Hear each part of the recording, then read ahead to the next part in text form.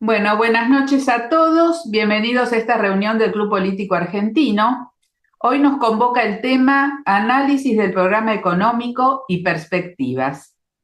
Para este tema hemos invitado y gentilmente aceptó Luis Seco a conversar sobre estos temas. Luis es un economista destacado y consultor en temas financieros. Ha contribuido activamente al análisis de la economía argentina y regional. Licenciado en Economía y máster en Disciplinas Bancarias por la Universidad Nacional de La Plata, es director de su consultora Perspectivas Económicas y editor del newsletter que lleva el mismo nombre. Es columnista invitado en Infobae, Perfil, Cronista, Clarín y es entrevistado habitual de nuestros medios escritos, radiales y televisivos nacionales y extranjeros. Y a partir de este momento es también analista en el Club Político Argentino. Vas a tener que agregarlo a tu currículum, Luis. ¿Cómo no? Bueno, somos todo oídos para vos. Bueno, muchas gracias por la invitación. Hola a todos. Me alegra verlo a Julio, por ejemplo, que hace años que no lo veía. Eh, el desafío no es poco. Ver las perspectivas de la economía argentina en un punto de inflexión como el que estamos siempre se hace difícil, pero bueno, yo, entre otras cosas, me gano la vida con eso, así que se supone que lo debería poder hacer. Eh, yo diría que estamos frente a una plataforma, digamos, única para el gobierno de Javier Milei para consolidar el cambio de régimen económico. Cuando yo hable de cambio de régimen económico me refiero a la combinación de estabilización macro y reformas estructurales, no hay una sin la otra, y voy a volver sobre este tema varias veces. Pero de producto de un resultado electoral, incluso creo insospechado para el mismo presidente, un alto nivel de apoyo popular, más el respaldo del gobierno norteamericano, yo creo que eso constituye una plataforma de gobernabilidad.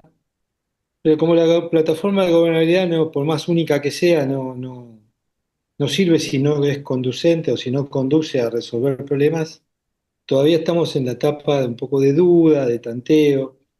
Eh, es bastante paradójico, pero la misma incertidumbre que había respecto del futuro preelectoral, yo creo que se ha mantenido en cierto sentido en términos de, bueno, qué es lo que puede suceder con el programa de ahora en más, si va a haber alguna corrección o no.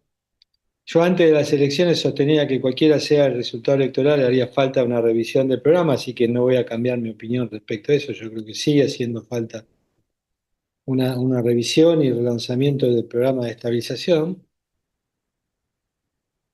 Creo que el hecho de haber tenido que recurrir a la ayuda norteamericana puso en blanco y negro lo que muchos economistas veníamos diciendo, que se trataba de un programa que no era sólido, que tal como estaba definido no era sustentable. Y creo que el gobierno de alguna manera venía alimentando esa expectativa, porque recuerden que desde abril de este año, el gobierno, yo diría que casi ya en mayo, junio, una vez que se lanzó la nueva etapa de estabilización, dijo, bueno, esta no es la etapa permanente, es una etapa transitoria, después de octubre vendrá un nuevo programa más permanente en el tiempo. Entonces el gobierno creó también esa expectativa y eso es uno de los fenómenos creo que más condiciona la actividad económica y las expectativas hoy. ¿Qué quiero decir?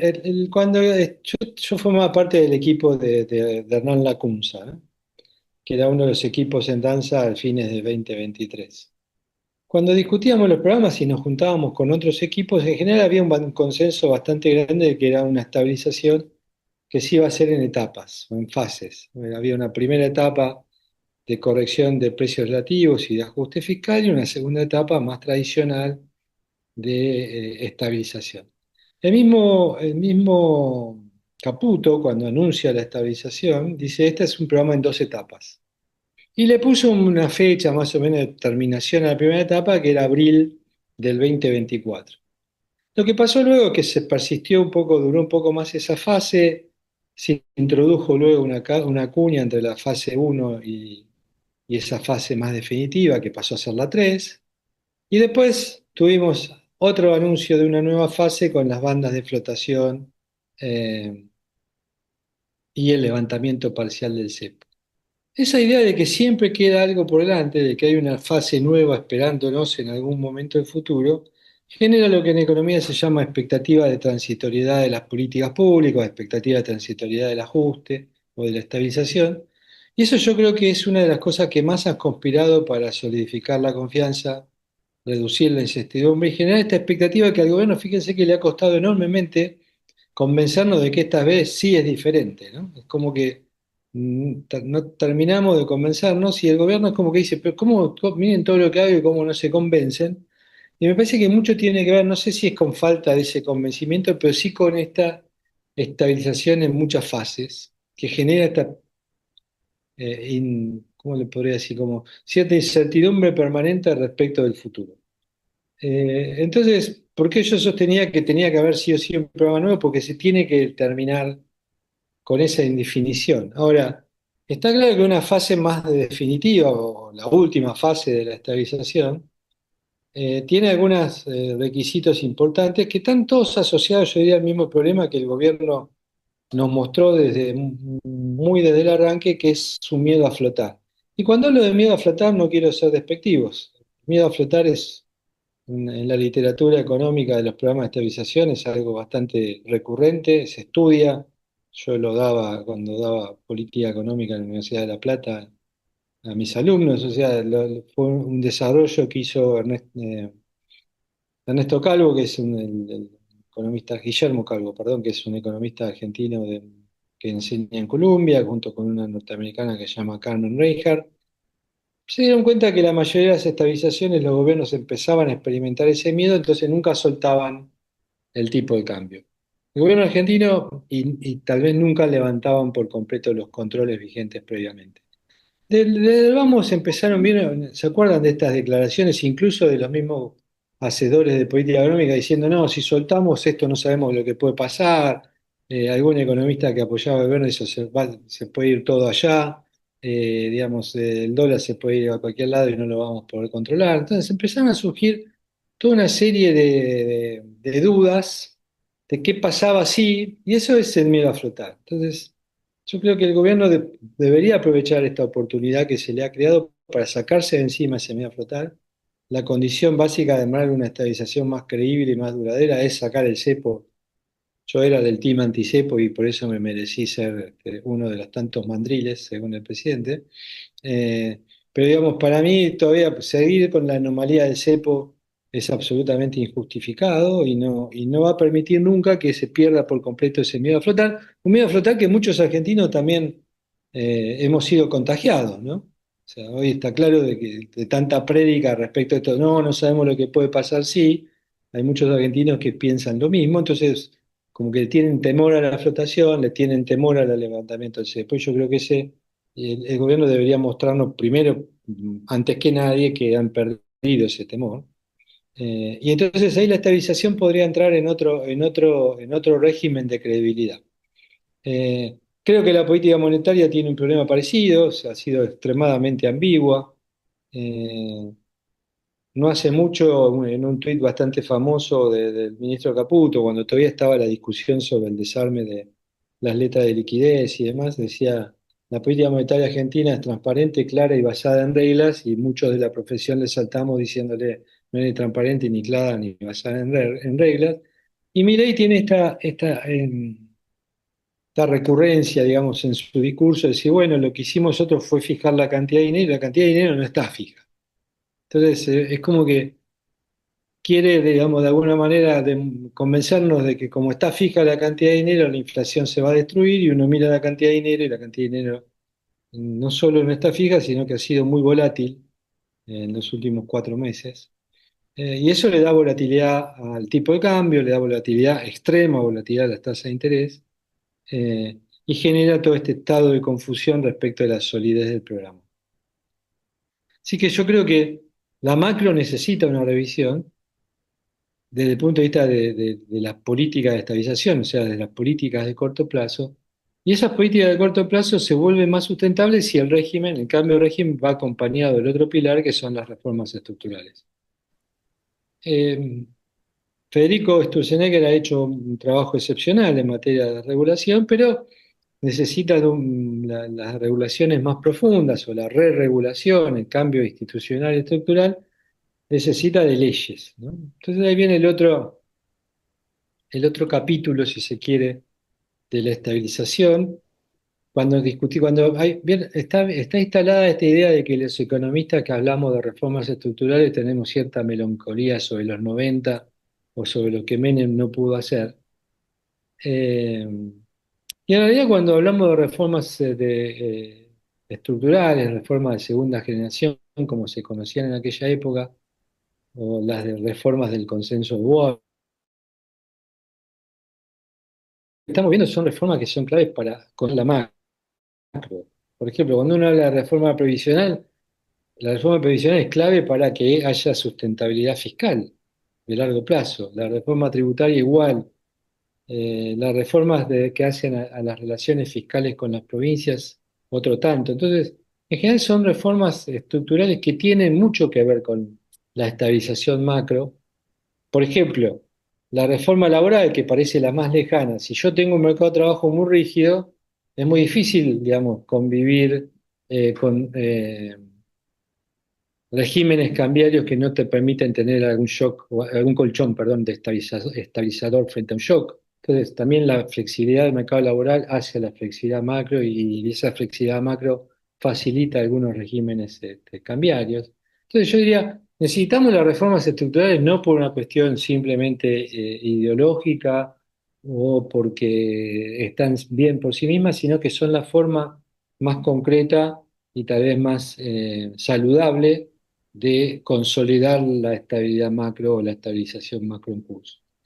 Eh, Mi amigo y profesor y muy querido colega, que es Pablo Hachunov, tiene a esta altura un tuit que se ha hecho famoso, porque dice, si toda la economía se redujera al superávit fiscal, la carrera de economista duraría un año, incluyendo la tesis, ¿no?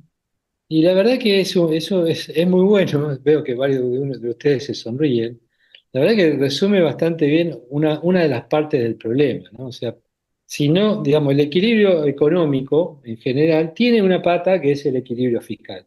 Pero después necesitas el equilibrio externo, el equilibrio interno, el equilibrio externo entendido como la capacidad de financiar un determinado resultado de la cuenta corriente, en este caso deficitario, por tanto necesitamos ingresos de dólares para poder financiarlo, y el equilibrio interno que tiene que ver con el nivel de actividad económica, la generación de empleo y sobre todo la generación de empleo de calidad, ¿no? Bien remunerado. En general lo que hemos visto es un gobierno que se ha concentrado mucho en el primer aspecto, que ha ido de alguna manera manejando la cuestión monetaria y cambiaria, eh, siguiendo un poco los vaivenes del mercado, y que se ha ocupado bastante de poco, si se quiere, de lograr ese equilibrio externo. De hecho, a tal punto ha sido así que, recuerden, no hace mucho el gobierno, y ahora hay de nuevo una sensación parecida, de que desestima por completo la necesidad de acumular reservas. Cuando uno mira en general que Mm. muchas de las críticas que recibe, incluso del mismo Fondo Monetario y demás, que es tenés que hacer algo para mostrar que podés acumular reservas y no tener que depender que alguien te dé los dólares para poder pagar tu deuda. Uno puede decir, bueno, el gobierno está haciendo mucho para la reapertura del mercado de deuda, es verdad. Hoy estamos cada vez más cerca de cerrar el mercado de deuda. Obviamente, lo primero que la van a aprovechar es el sector privado. Van a ver esta semana y la que viene. Ya colocó YPF la semana pasada, pero va a ser impresionante la cantidad de empresas argentinas que van a salir a colocar deuda. Sospecho que muchos gobernadores negociaron lo mismo con el presidente en esta reunión que hubo, que fue la autorización para que provincias, sobre todo las más grandes, también salgan a colocar deuda. Así que falta que el soberano salga a colocar deuda. Pero en general, digamos, el punto central me parece a mí que todavía persiste esta incertidumbre que hace que el riesgo país, si bien converge a los niveles que había a principios de este mismo año, todavía el mercado sigue como un poco dubitativo, y eso a pesar del excepcional respaldo del gobierno norteamericano. Y yo creo sinceramente de que el principal problema que hace, o el principal punto, causa, que hace esa percepción todavía de incertidumbre o de credibilidad relativa de la estabilización, tiene que ver con el régimen cambiario y monetario y esta secuencia de fases que luce que no se termina más. Eh, por lo tanto, el gobierno para mí tiene que reconducir la política macro sin abandonar el ancla fiscal, y tiene que concentrarse en un régimen cambiario más normal o más, como decía al principio, homologable, que saque las anomalías, las restricciones y demás que todavía pesan sobre todo sobre el sector empresario. Y a partir de ahí construir, digamos, un programa un poco más creíble. Obviamente el equilibrio económico que yo mencioné, que tiene estos tres pilares, ¿no? El fiscal, el externo y el interno, también requiere de que todo un programa de gobierno reúna otros equilibrios. Uno es el político, ¿no? Esta idea de decir, bueno, ¿cómo viabilizás la aprobación de ciertas leyes? Yo ahí, para contarles, creo que estamos todos ahora viendo que hay un test muy ácido muy cerca, que es el qué va a pasar con el presupuesto 2026.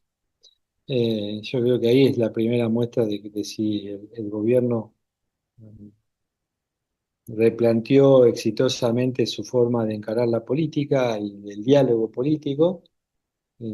Así que nos falta mucho para que esa incertidumbre de alguna manera se despeje. Ahora, parece bastante claro que lo va a tratar el próximo Parlamento, aunque hay señales medio raras, porque por ejemplo Santilli hoy declaró que no iba a renunciar a su banca, o sea que no sé, seguiría siendo diputado, pero al mismo tiempo con algún ejercicio del rol de ministro del Interior, porque los votos están demasiado ajustados en el Parlamento.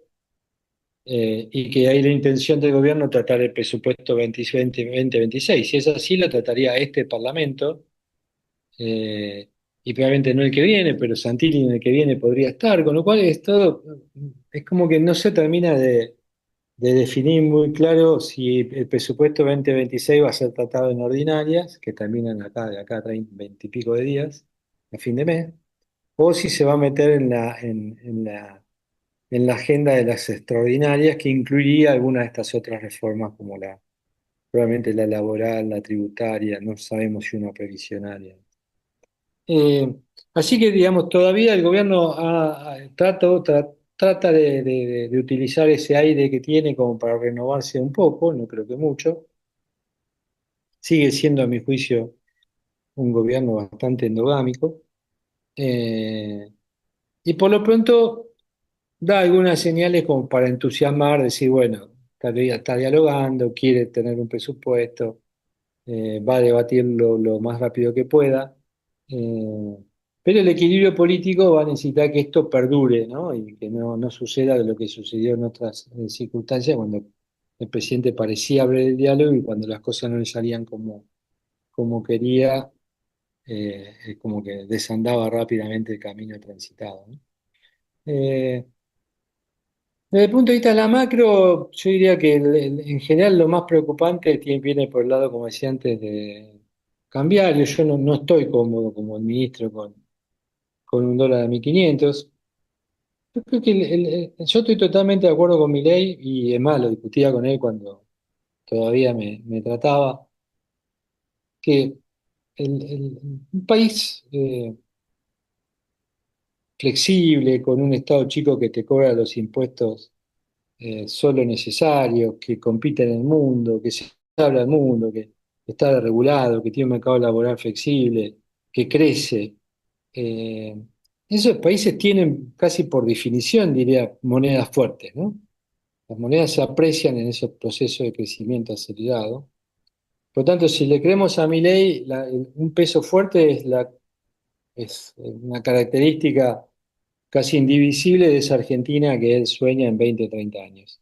La discusión de muchos de nosotros con esa teoría, con esa hipótesis, es si ese peso fuerte también puede ser punto de partida. O sea, no tenemos duda que puede ser un punto de llegada, la duda es si puede ser punto de partida, o sea, si es posible transitar la recesión entre Argentina de hoy y esa entre Argentina del futuro que todavía no existe.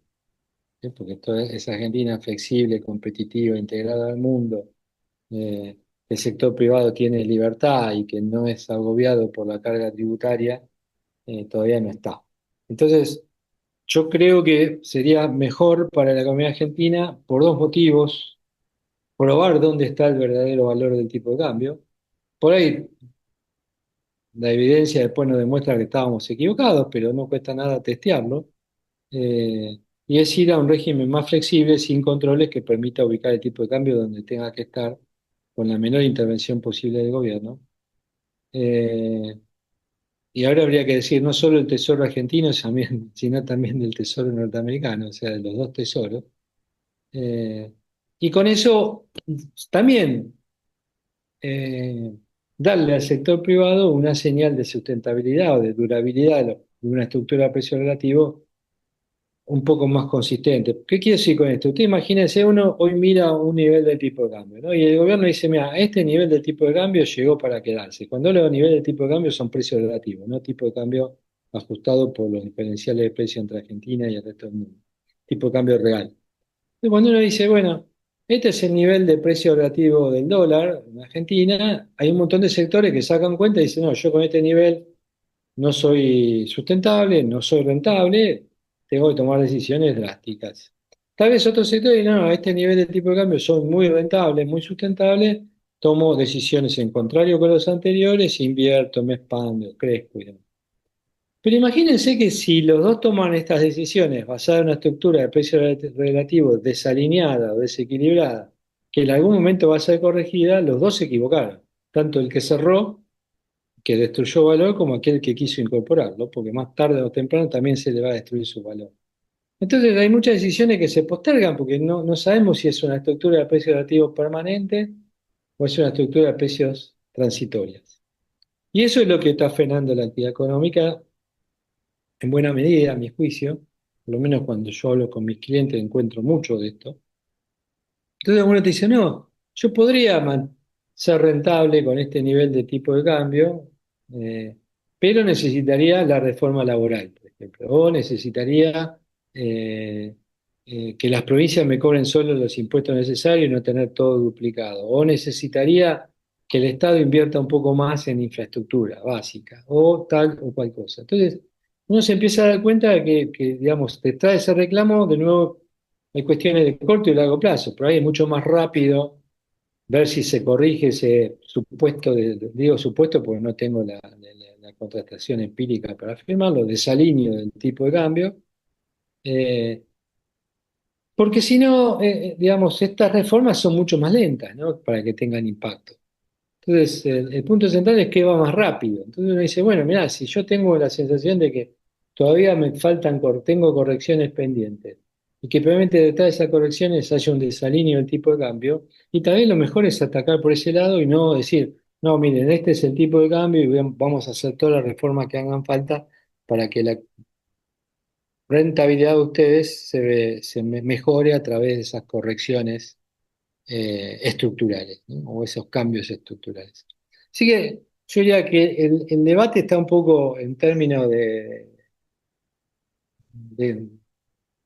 teoría y práctica económica entre estas visiones. Eh, yo, yo lo conozco a Milei de muchísimos años atrás y es un tipo del cual valoro su inteligencia.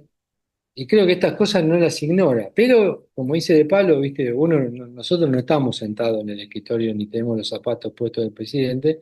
Y el presidente tiene ese que, en definitiva, hacer política económica es administrar riesgos, ¿no? Uno dice con qué riesgo quiero correr y qué riesgo no quiero correr. Y probablemente el presidente piense que es mejor no correr ningún riesgo respecto de un eventual salto cambiario con cierta 2 o 3 meses de inflación un poco más alta. Pero bueno, ahora tiene la ventaja de haber superado primera prueba electoral como presidente. Ahí déjenme hacer una pequeña salvedad, por el otro día hablando con un grupo de inversores que venían del extranjero, decían, bueno, no, pero si vos sacás bien la cuenta, hubo 30% de gente que no votó, o sea, que votó el 70%, él sacó el 40%, con lo cual eso te da 30% de gente en Argentina que lo apoya. Obviamente eran inversores que no estaban muy convencidos de venir a la Argentina. Y entonces sacaban esa cuenta Y yo me puse a pensar, claro, esa es la cuenta que podría hacer la oposición al peronismo, pero claro, como la oposición y el peronismo lo votaron menos que a él, que al presidente, es un argumento que solo puede ser un tipo de afuera, ¿no? Un tipo de afuera, digo, de afuera del mundo político. Pero algo de verdad hay, y entonces ahí hablando el otro día con Claudio Jacqueline, de La Nación, Jacqueline me decía, no, la verdad que es muy difícil interpretar el mandato que tiene Milei ahora, ¿no? Porque me dice, si vos pones todo en la balanza, no está muy claro qué votó la gente. O sea, porque lo votó por temor, como que fue un poco la hipótesis de trabajo del gobierno para dar vuelta a la elección entre septiembre y octubre. Lo votó para confirmar el delivery de qué es lo que quiere la mayoría que votó, o lo votó porque dice, bueno, prefiero esto antes que lo otro, y entonces no me importa mucho lo que haga, o sí me va a importar si la economía no mejora en el corto plazo. Entonces, hay también ahí una duda en cuanto a la interpretación de qué mandato recibió el presidente en esta elección. Eh, por lo tanto, también eso lo vamos a seguir viendo con el tiempo. Yo, ya les digo, tengo la sensación de que el gobierno un poco recalculó la necesidad de ir a un programa nuevo rápidamente. Y entonces ahí, y para ir terminando y dejar parte a las preguntas, hay dos escenarios, ¿no? En general, la mayoría de los economistas coincidiríamos en que siempre conviene ser proactivo, ¿no? O sea, ¿qué significa ser proactivo? Tomar la iniciativa y no esperar a hacer algo porque no queda otra, que sería el camino reactivo. Eh, Tengo, les cuento honestamente, cuando mis clientes me piden proyecciones para el futuro de Argentina, yo mando siempre dos escenarios, o en los últimos tiempos he mandado dos escenarios. Uno donde el gobierno es proactivo, o sea, toma la iniciativa, relanza un programa, cualquiera sea, cambian las expectativas. Y otro programa en el cual es reactivo, lo hace cuando las cosas lo fuerzan a terminar haciéndolo, ¿no? O sea, en circunstancias de nuevo similares a las que teníamos previo a la elección, el dólar en el techo de la banda, el Tesoro norteamericano teniendo que ayudar un poco para que no se, el central no siga perdiendo reservas.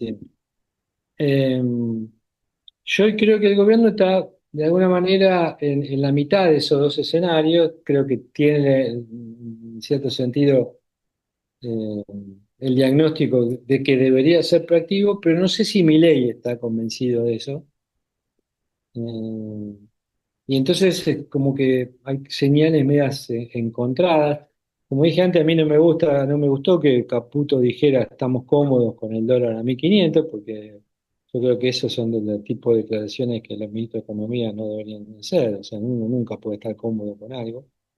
Eh, pero yo creo hoy, si me dan a poner probabilidades entre un escenario proactivo y un escenario reactivo, hoy estoy más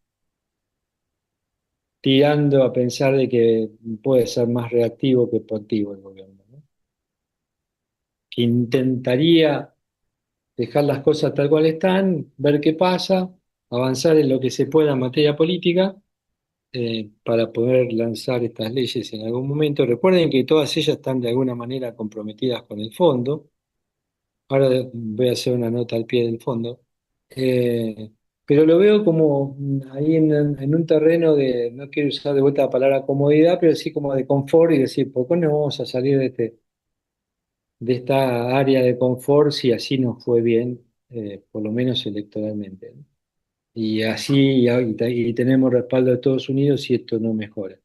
Respecto del fondo, también hay un tema pendiente. Lamentablemente, todo lo que tiene que ver con el respaldo norteamericano es bastante ambiguo, sin transparencia, ¿no? O sea, yo me puse todo un fin de semana a estudiar las cuentas del Tesoro norteamericano a ver si encontraba en algún lado cómo era que invertía en Argentina. Miramos los datos de Argentina y tratamos cada consultora trata de decir, no, está acá la plata, salió por este lado, el central le vendió tal o cual cosa al Tesoro norteamericano. Eso debería ser mucho más explícito.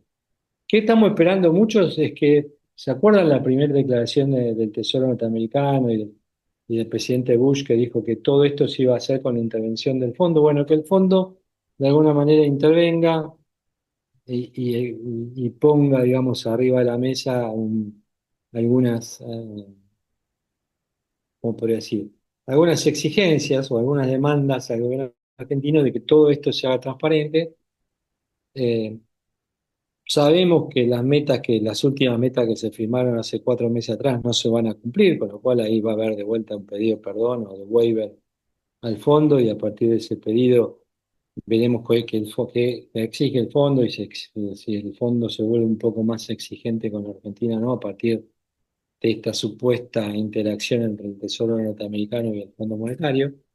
Eh, pero yo diría que recuerden que todas las leyes, o buena parte de las leyes que hoy formarían parte de esa agenda extraordinaria, en el acuerdo con el fondo, en la parte de benchmark estructurales, están, y muchas de ellas, una de las exigencias del fondo era que se dieran a conocer con tiempo, ¿no? O sea, que se dieran a conocer antes de ser debatidas.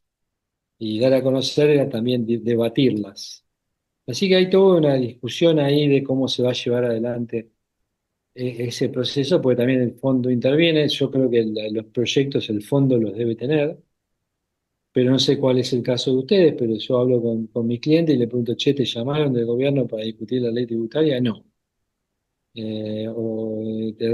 ¿Tenés alguna idea de otra cosa? No. O sea, yo el otro día estaba con uno de los principales empleadores privados de Argentina y no tenía idea de cuál era la reforma laboral. Entonces, me parece que ese diálogo no es solo un diálogo político para que se levante la mano y se apruebe la ley, sino también el fondo pretendía que hubiera un diálogo con estos sectores. Ahora está este famoso, no me acuerdo cómo se llama, pero creo que se llama así como Mesa de Mayo, ¿no? Que era la mesa que se armó después del Pacto de Mayo, el Pacto de Mayo que se firmó en julio con los gobernadores, y que ahí se supone que se presentan algunas cosas, se dan a conocer algunos lineamientos y se discuten, pero no sabemos bien en concreto cuál va a ser el contenido de esas leyes. Y me parece que el sector privado necesita también ahí algo de información, porque si no va a ser Viene lo que pasa con estas leyes, cuando no se las da a conocer al sector privado ni a nadie, que pueda llegar a defenderlas, después no las defiende nadie, las tiene que terminar defendiendo solo el gobierno, ¿no? Entonces me parece que estaría bueno que haya esa interacción con leyes que van a cambiar por completo y que el sector privado argentino espera, ¿no? Porque ya le digo, porque muchas empresas dicen, no, yo con una buena ley tributaria, una buena reforma laboral, eh, esto despega. Y bueno, y si no las conocen. Entonces me parece que ahí haría falta también un poco más de apertura del gobierno. El gobierno tiene un poco de temor. Federico Truzenegger tal vez sea el mejor ejemplo de eso, esta idea de decir, si yo dejo intervenir mucho al sector privado en lo que me pide, después van a decir que laburo para tal o cual, entonces prefiero blindar casi todo lo que hago solo a los técnicos y a los abogados que entienden del tema. Y a veces no está nada mal discutir con los que serían los principales, ya sea beneficiarios o afectados por las normas, ¿no? Eh, pero a mí me cuesta mucho criticar a Federico Sturzenegger porque fue compañero mío de la universidad, íbamos juntos a los recitales y más cuando éramos jóvenes, así que me cuesta criticarlo, pero yo creo que tiene un problema ahí de blindaje de lo que hace, y entonces a veces debería ser un poquito más empático y discutir un poco más los temas. Y lo mismo está pasando en estos días, por lo menos con las reformas. Así que dejo acá y estoy para contestar todas las preguntas. Si quieren, yo tengo una presentación que mañana se la mando a Ricardo para que se la gire, que está todo, un poco todo lo que les contesta ahí escrito y hay algunos datos.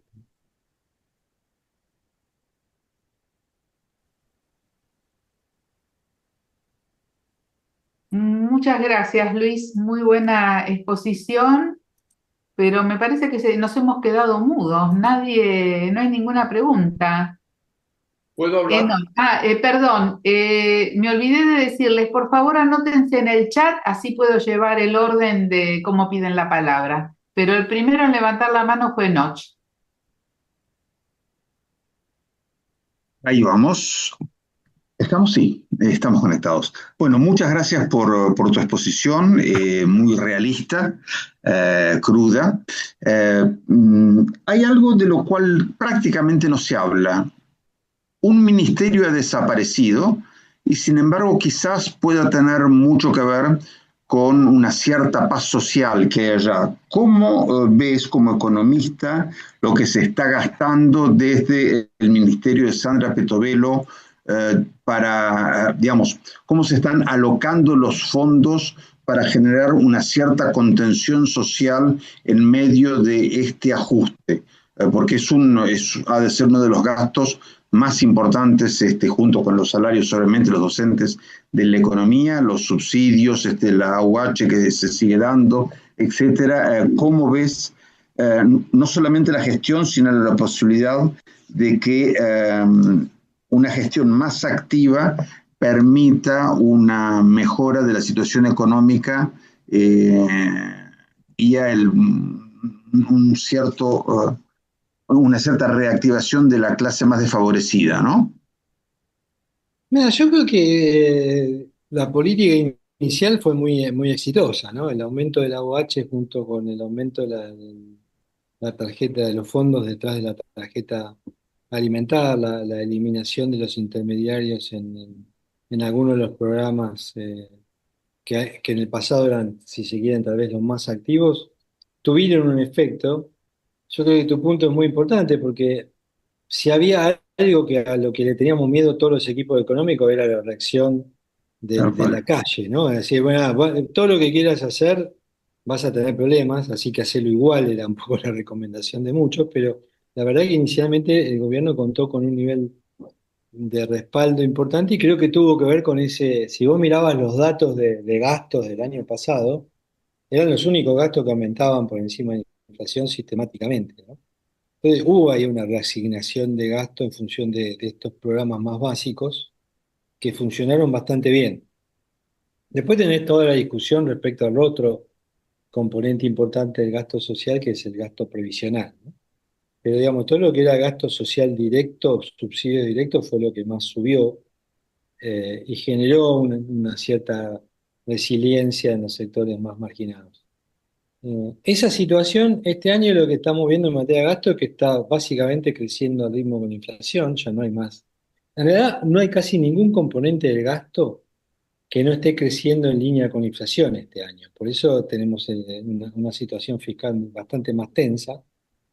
De hecho, tenemos la recaudación, los impuestos que quedan en la caja del Tesoro Nacional creciendo por debajo de la inflación, o sea, cayendo en términos reales, y el gasto creciendo por encima de la inflación, o sea, creciendo en términos reales, por lo tanto el déficit está cayendo, el superávit fiscal de este año a esta altura es más chico que el del año pasado, ¿no? Eh, y ahí te diría el único componente de gasto que sigue claramente cayendo es el gasto en subsidios indirectos, o sea, energía y transporte. Eh, que ahí tenés un componente que te afecta sobre todo a las clases populares y a la clase media, que depende, digamos, que tiene un componente más pesado dentro del total de sus ingresos, tanto en energía como en transporte. Que tal vez explique por qué algunos de esos sectores abandonaron al gobierno, abandonaron entre comillas, ¿no? En las urnas este año. Pero yo creo que en cuanto a la gestión, porque vos usaste una palabra complicada ahí en el medio, que es la gestión de ese ministerio, sé que ahí les reconozco que estoy totalmente perdido. Porque hablo con cierta gente y me dice, no, Petovelo es el único que salva, que se salva de toda la gestión. Y hay otra gente que tiene el prejuicio de que no hay gestión en ese ministerio. Así que sinceramente ahí es como, y la gente que me dice que tiene gestión es gente a la cual yo respeto mucho. Por lo tanto, si yo te miro los números, digo, bueno, mira, hubo un ajuste grande, hubo reasignaciones de partidas, se concentraron las partidas de los sectores, digamos, de menores ingresos, y eso ayudó al gobierno en el arranque. No tengo dudas de eso, y eso creo que fue, no sé si fue fine-tuning, o sea, sintonía fina de Milei, de Petovelo o de Caputo, no lo sé, pero se hizo, ¿sí? Y funcionó bien. Ahora es como que, yo diría que esta segunda mitad del gobierno, el gran problema tiene que ver con la palabra gestión, porque es la etapa del delivery, ¿no? O sea, es como que a mi ley, lo que votamos en la presidencia inicial, era decir, bueno, vení, rompe todo, esto hay que arreglarlo de alguna manera, si empezar rompiéndolo, rompelo, pero arreglarlo después. Y ese después es ahora. O sea, es como que ahora tiene que hacer esta etapa de un gobierno que tuvo una primera etapa que fue relativamente buena y un gobierno que en la segunda etapa tiene que demostrar que puede hacer el delivery y para eso hace falta gestión. Por eso ya te dejo, porque vi que ahí había levantado la mano también Dreisen y algún otro. La discusión sobre el rol del jefe de gabinete, no sé cuál es la opinión de ustedes y si lo han discutido alguna vez, pero es una discusión totalmente inconclusa en la Argentina. O sea, yo creo que cuando se pensó el rol del ministro coordinador, o del jefe de gabinete, el rol era eminentemente administrativo. O sea, la idea era, necesitamos a alguien que conduzca la gestión, ¿sí? Y para eso está ese rol. Después con el tiempo fue mutando y entonces empezó la discusión si el jefe de gabinete tenía que tener un perfil político, la rosca, por decirlo de alguna manera, el diálogo, para ser más sutil, o si tenía que mantener ese perfil técnico administrativo. Yo creo que hoy estamos viendo ese mismo debate, ¿no? Porque por ahí le pedíamos a Franco que hiciera las dos cosas, que monitoreara y se hiciera campeón de la gestión y que a la vez llevara a cabo el diálogo político. Las dos cosas que suponemos que a Milei no le gusta, por lo menos que él mismo dice que no le gusta ni una cosa ni la otra. Entonces decir, bueno, ¿quién lo hace? Ahora está la idea de decir, bueno, acordate que era un gobierno que había eliminado el Ministerio del Interior, con lo cual era claro que la figura que tenía que hacer todo eso era el jefe de gabinete. Cuando se nombra el jefe de gabinete a Adorni, uno decía, bueno, pero Adorni, ¿qué va a hacer? ¿La gestión o la política? Adorni se dio cuenta rápido, porque en una de sus declaraciones dijo que iba a tener a su cargo el diálogo político, y después dijo, no, también me tengo que ocupar de la gestión. Ahora, con la designación de Santilli, parece ser que están las aguas bien divididas. Santilli del el diálogo político y Adorni la gestión. Pero de vuelta, uno dice, bueno, pero Adorni la gestión de la cosa pública del gobierno. Y no sé, tendrá que mostrarlo en la cancha si es. Declarando es bueno. Y dice que va a mantener el rol de vocero, con lo cual es como que, viste, es como que no hay yo digo, la gestión es una cosa difícil y necesitas mucha gente compenetrada, que sean todos burcas, que todos tienen para el mismo lado. Y ese equipo no sé si está. Entonces uno dice, bueno, lo podrá armar Adorni y por ahí sí, no sé. Eh, pero creo que va a ser un debate serio este año el tema de la gestión y el Ministerio de Petrobelo es muy importante, ¿no? ¿Mm? Muy Gracias. bien. Para calmar las ansiedades, le leo la lista de anotados. Ricardo Gerardi, Julio Dreisen, Norberto Agulleiro, Cacho Lotterstein y Sergio Negri. Y en ese orden seguimos ahora con Gerardi. Ricardo, Muchas gracias, muy interesante Luis, muchas gracias. Te quiero hacer una pregunta vinculado con el tema del superávit fiscal y el tema del apoyo norteamericano, en particular para la cancelación de los vencimientos del año que viene. Escuché una opinión que dice lo siguiente: si el gobierno norteamericano se hace cargo de respaldar los vencimientos del año que viene, el gobierno no necesita tener superávit fiscal y puede tener equilibrio fiscal. Entonces ahí tiene un margen, por ejemplo, para que un Santilli negocie con los gobernadores afines, digamos, financiamiento para obras públicas, que pueden ser vía deuda o vía, digamos, girarle plata a las provincias, eh, por un lado, por lo que están pidiendo los gobernadores, que se les gire los ATN, en la propuesta que ellos hicieron, y por otro lado, girarle más plata, con lo cual, con equilibrio fiscal, digamos, si los Estados Unidos bancan los vencimientos, podría haber cierta reactivación por ese lado. Entonces, mi pregunta es esa: ¿cómo ves ese escenario? Gracias. Mira, yo ese escenario lo veo riesgosísimo. Digamos, preferiría que no se fuera por ese toma y daca, por decir de alguna manera, con los gobernadores. Em, Estoy de acuerdo que el mejor uso que le podría dar la Argentina al respaldo norteamericano sería despejar cualquier duda que exista sobre la capacidad de repago de la deuda en moneda dura durante el año que viene. Eh, Pero también ese despeje de esa incertidumbre se podría dar, como dije antes, con alguna emisión de deuda, aunque no cubra los vencimientos, para mostrar que el mercado se va reabriendo. Eh, pero yo te diría que el tema fiscal, eh, podés hacer de la necesidad virtud y decir, bueno, tengo un menor superávit fiscal este año. De hecho, este año lo vamos a tener menor que el año pasado. y probablemente podría decirse lo mismo el año que viene, pero sería romper uno de los pilares, ¿no? Pero ponerlo, viste, ponerlo en términos relativos a lo que ha sido el elemento diferencial de toda esta estabilización. Y los gobernadores, cuando vos le das la mano, por ahí te agarran hasta el codo y ahí va a ser muy difícil frenar después las presiones sobre mayor gasto. Eh, Guberman es un excelente secretario de Hacienda, por ahora ha demostrado serlo, y tiene el no fácil en lugar del sí fácil, así que me parece que eso ayuda, pero eh, no sé, me parece que yo creo que no se debería entablar negociaciones con los gobernadores basadas, digamos, en el gasto.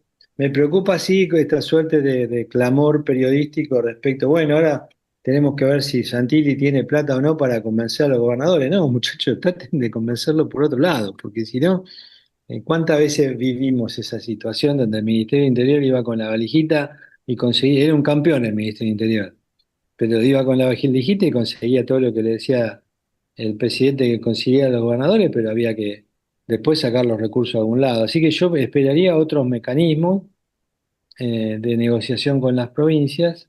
Ya digo, con algunas es relativamente más fácil porque necesitan colocaciones mínimas de deuda que no afectarían demasiado su solvencia, así que no veo riesgo ahí.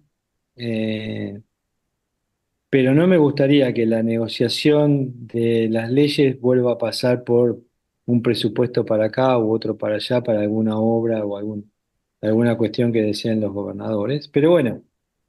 eh, Algo de margen tiene el gobierno, pero no mucho. El problema es que, de nuevo, este año, ¿por qué lo fiscal está más ajustado? Porque no hay inflación. ¿Por qué importa eso? Y porque con tasa de inflación muy baja es muy difícil licuar gasto. Entonces, ahora el gasto lo tenés que ajustar, no podés licuar. Entonces, este año no es año ni el que viene no son años de licuadora. Se acabó la promoción de Noblex, ¿se acuerdan? Comprate una motosierra y llevate la licuadora. No existe más eso, la licuadora no existe más. Con tasa de inflación del 2-3% mensual es muy difícil licuar, y ni les cuento si vamos para el 1 y pico. Por lo tanto, empezar a jugar con esa, tenés que empezar a ajustar gasto con nombre y apellido, si es que soltás un poco la cuerda a las provincias, ¿no? No debería ir por ahí el acuerdo con los gobiernos provinciales. Gracias. Gracias, Luis. Julio Dreisen. Sí, ¿qué tal, Luis? Bueno, me alegra un poco el saludo después de tanto tiempo que no nos vimos, es verdad. Me acuerdo de otras épocas, de 2001, sobre todo, Sí. y 2000, para no ser tan triste. Bueno, una cosa cortita y otra un poquito un comentario más largo. Lo corto es, por todos lados se habla de la reforma fiscal, no escuché una palabra sobre su contenido. ¿A qué se refiere? ¿Qué es la reforma fiscal en este momento en Argentina? Si tenés alguna información al respecto. Segunda cuestión, un comentario y pregunta. Tengo una hipótesis personal y me gustaría ver si coincidís o pensás que es totalmente errada, y decir que es totalmente errada, seguramente la pensaste bastante más que yo. Yo veo la visión del mercado bastante lejos de lo que vos acabas de llamar zona de confort. No lo veo en la zona de confort. Al contrario, si yo soy un operador de mercado y veo que tiene que venir el tesoro para salvarnos, yo digo, estamos en la lona, ¿viste?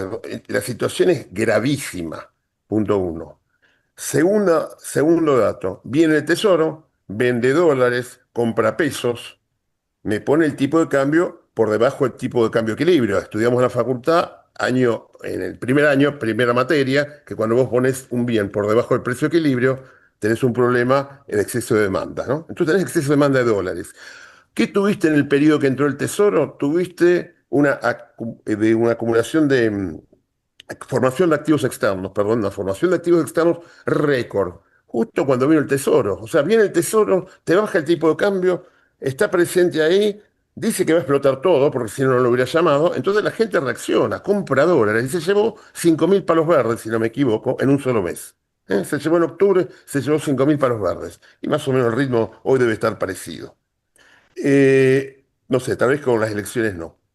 Pero lo que quiero decir es que la situación esa del tesoro, no entiendo bien cuánto nos ayudó o cuánto no nos ayudó. Entiendo que nos ayudó en términos de flujos de corto plazo, pero en términos estructurales, cómo estaba la economía, yo creo que si las elecciones salían mal, la explosión iba a ser 10 veces más grande, gracias al tesoro. La famosa ayuda al tesoro, para mí era ponerse una bomba adentro del cuerpo y volar por el aire como un terrorista, totalmente. Eh, Último, con esto termino, otro indicador, aparte de la formación de activos externos, tuviste el dólar. Cuando vino el tesoro, el dólar se fue a la banda, o sea, subió, no bajó. Se pegó a la banda arriba.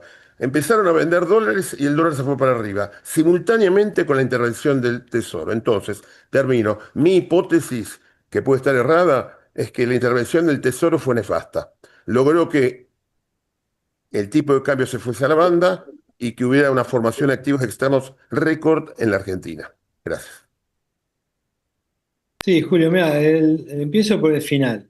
Empiezo por la primera pregunta. ¿Qué sé de la reforma fiscal? Nada. O sea, no han discutido no conozco que ninguno de mis colegas, digamos, los 30 sospechosos de siempre que discutimos estos temas, ninguno lo tiene, ¿entendés? Entonces no puedo, la verdad que no puedo decirte absolutamente nada. En su momento hablé con el ya olvidado José Luis Espert, un día lo llamo y le digo, che, José Luis, él iba a liderar estas discusiones, se suponía, ¿no? Le digo, ¿no tenés las reformas así, las miro? Yo me dice, quédate tranquilo, Luis, van a ser las mejores reformas del mundo, te las vamos a dar, se las vamos a dar a todos para que la estudien, qué sé yo. Pero ¿sabes qué pasa? Me dice, un buen proyecto de ley es una mala ley si no se aprueba, me dice. Entonces, es como que ellos estaban convencidos que era imposible aprobar cualquier ley. Entonces también eso llevó a retasear info, a decir no la demos por ahora porque en este contexto menos nos la van a aprobar si damos a conocer de qué se trata. Así que no tengo, sinceramente ni conozco el artículo 1 siquiera, así que no lo sé en qué están pensando. Está que esté lógica de sacar impuestos distorsivos, sustituirlo por impuestos menos distorsivos, por ahí aumentar la base imponible de ganancia, más al estilo de un impuesto a los ingresos personales como en otras partes del mundo, ese tipo de cosas, pero son todas, los impuestos al trabajo hay una gran indefinición porque lo mantienen, si querés, como prenda de negociación de la reforma laboral, entonces ahí están viendo qué hacen con una cosa y con la otra. Pero no hay info ahí. Respecto al segundo punto, obviamente que yo no creo que sea un salvavidas de plomo el Tesoro, pero esas cosas revelan información. Yo, por ejemplo, ¿cuál es mi crítica al swap? Yo digo, el swap está muy bueno hasta el día que lo usaste. Porque el día que mandaste una comunicación al Tesoro norteamericano, che, voy a usar el swap, el mercado agarra y te dice, pará, entonces acá tenemos un problema, ¿no? Viste, esas líneas son complicadas. Acordate lo que pasó cuando hubo que negociar con China, ¿no? Es decir, vamos a usar el swap. O sea, todo el mundo decía, tenés que usar el swap, tenemos un lío bárbaro. Así que se revela información. Eh, la formación de activos externos tengo una visión un poco distinta a la tuya, porque desde que se abrió el cepo venimos a un ritmo de casi 4.000 millones de dólares por mes, por lo cual el sector privado ni bien pudo comprar, fue y compró, y era bastante antes de las elecciones que compraba, ¿no? Después del tema de las elecciones los hizo subir un escaloncito y la ayuda norteamericana, y bueno, si hay alguien que te está vendiendo barato, ¿por qué no vas a comprar? Como decías vos antes, ¿no? Como que eh, era casi una invitación a comprar más dólares. Cuando refería a la zona de confort, no me refería a la zona de confort del mercado, sino del ministro Caputo, ¿no? Que dijo, yo estoy cómodo con este nivel del tipo de cambio, con este esquema. No, yo creo que el mercado está incierto y por eso vemos lo que vemos en el semana a semana o en el día a día. Es como que todavía hay sensación de que algo hay que hacer con el régimen cambiario, hay que ser más explícito en los mecanismos de intervención del Tesoro, si es que va a haberlos. Eh, y me parece que no se va a disipar rápidamente si querés, esa desconfianza estructural, digamos, ¿no? Bueno, eh, la tienen que hacer sobre la base de un nuevo programa. Con este programa eso no desaparece. Y esa cosa de que el Tesoro va a intervenir, whatever it takes, genera incluso un comportamiento de testeo sistemático de la ayuda. El otro día agarré y decidí mandarle una cosa que le había escrito a mis clientes, a ChatGPT, ¿no? Entonces digo, eh, quiero que analices, quiero que me digas si estás de acuerdo con lo que puse respecto de la intervención del Tesoro norteamericano. Y yo lo que había escrito era que, digamos, eso, hay un incentivo, hoy, tal cual está todo formulado, hay un incentivo enorme a que el mercado de vez en cuando testee si existe la ayuda o no. O sea, es tan elemental como eso, ¿no?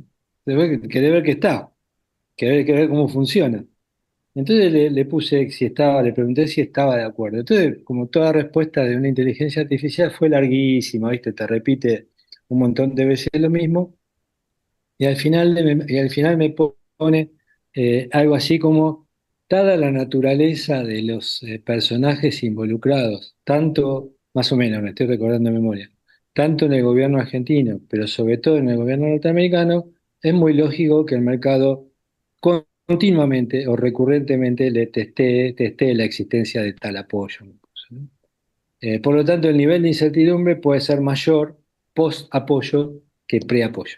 No, pero ellos lo llaman, tiene un nombrecito que no me acuerdo. La inteligencia artificial me contestaba con un sinónimo de respaldo en inglés que era backstop, como diciendo, si existe o no existe, va a estar siempre siendo testeado. Y eso te genera como una situación de incertidumbre permanente más alta.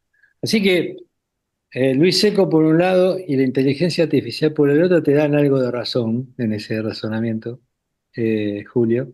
Pero yo creo que sin ese respaldo del gobierno norteamericano hoy estaríamos hablando de cosas muy diferentes. Eh, y, viste, uno puede decir, bueno, uno puede decir, se podría haber producido una crisis. Ahora, los alcances de esa nunca las podés predecir, nunca sabés en qué forma se hubieran materializado, ¿no? Pero la hubiéramos pasado mucho peor de lo que se pasó.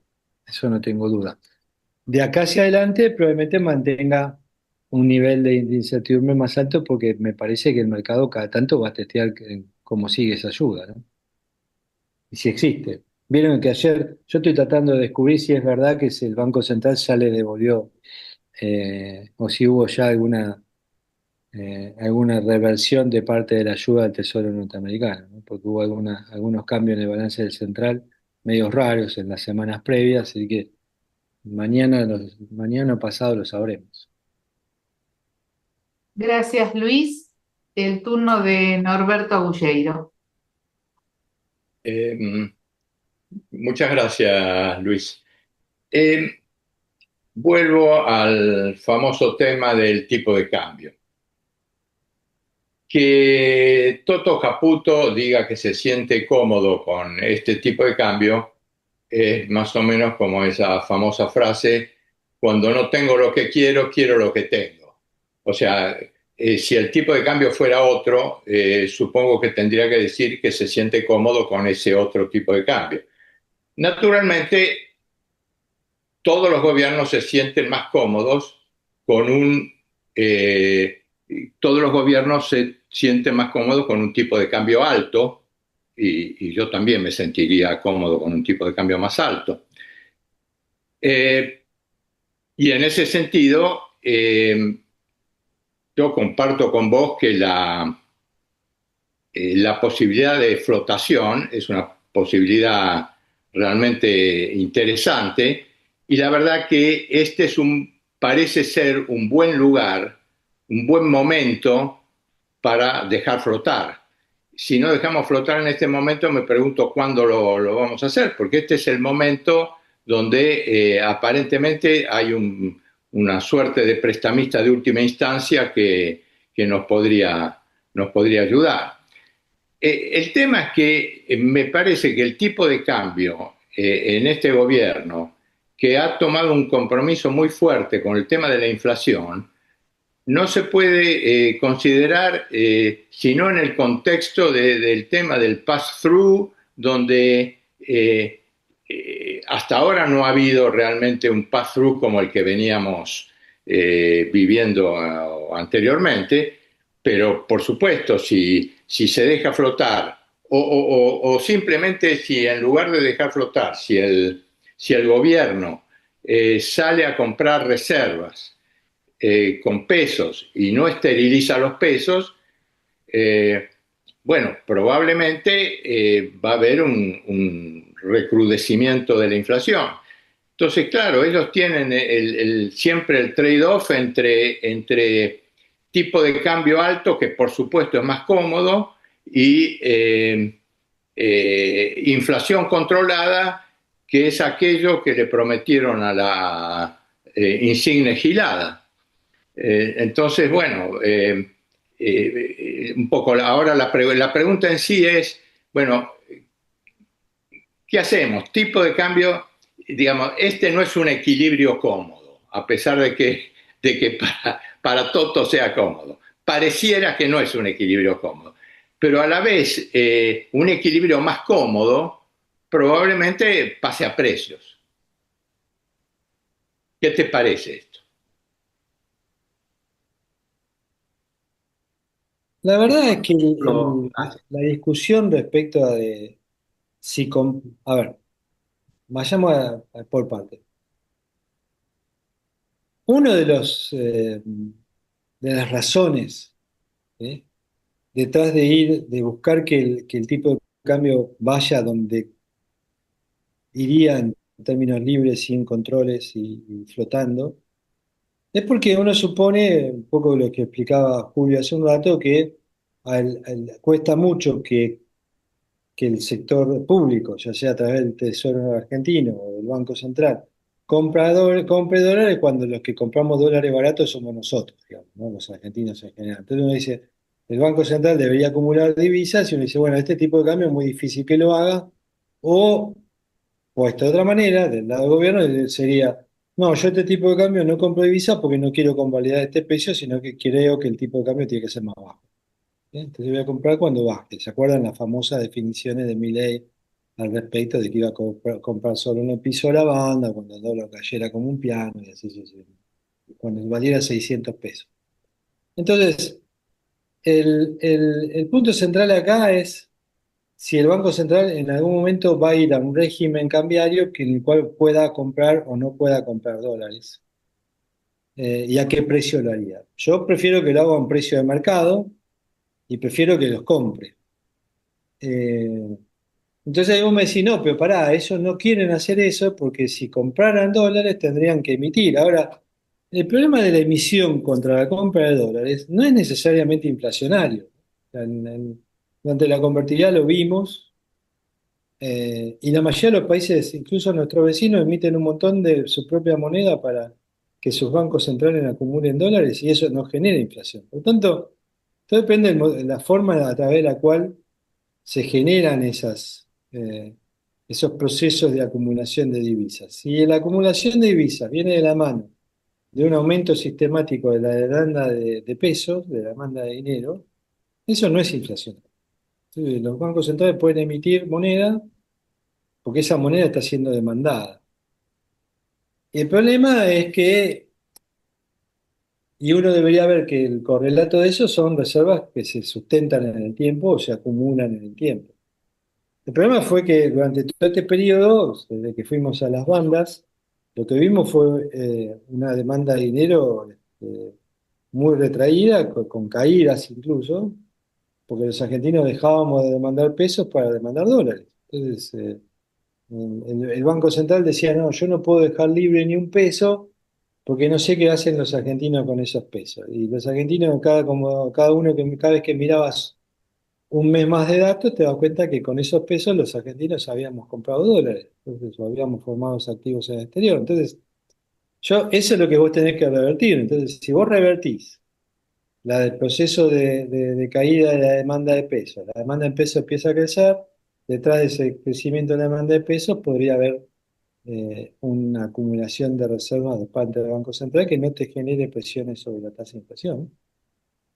Y recordemos que siempre hay una diferencia entre inflación y nivel de precios, en el sentido de que vos podés tener post-corrección cambiaria, si vas a un régimen de explotación sin controles, un salto en el nivel de precios, pero eso no debería generarte inflación, que es el salto recurrente en el nivel de precios, ¿no?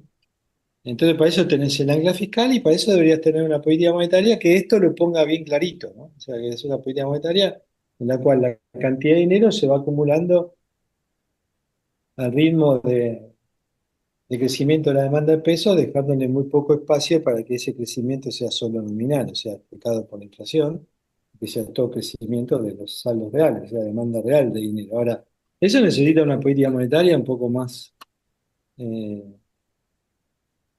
¿cómo te puedo decir?, consistente que la que hemos tenido hasta ahora.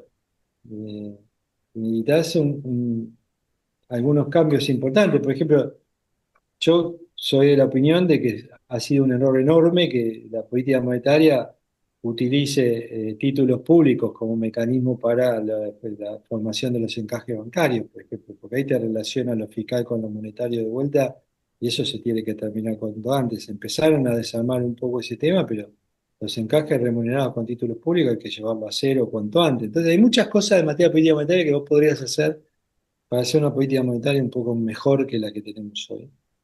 Y usar también la política monetaria como un mecanismo de control inflacionario. Por eso es la ventaja del tipo de cambio flotante, ¿no? Vos con tipo de cambio flexible, con tipo de cambio fijo, renunciás por completo a la política monetaria. Con tipo de cambio flotante podés hacer algo de política monetaria y me parece que eso debería ser el modelo que necesita la Argentina como fase ya final, digamos, si se quiere, de la estabilización. Hacer una estabilización más homologable. Muchas gracias, Luis, muchas gracias. Gracias, Luis. Bueno, se han agregado a la lista de preguntas Susana Decibe y José Portillo. Así que ahora pasamos a Cacho Lotterstein. Sí, bueno, muchas gracias por la exposición, estuvo muy interesante. Eh, Cuando se habla de dos temas, primero cuando se habla de las reformas estructurales, uno se olvida de que llevan tiempo, es decir, cualquier reforma que hagamos, por ejemplo la laboral, no la pueden aplicar sobre los derechos adquiridos, se puede aplicar recién sobre la parte de los nuevos trabajadores. La reforma impositiva va a llevar tiempo para implementar. O sea, por favor, eso de que la panacea está en las reformas, yo sería un poco más cauto de lo que generalmente percibo. Pero después quiero hablar de un segundo punto que quisiera tu opinión.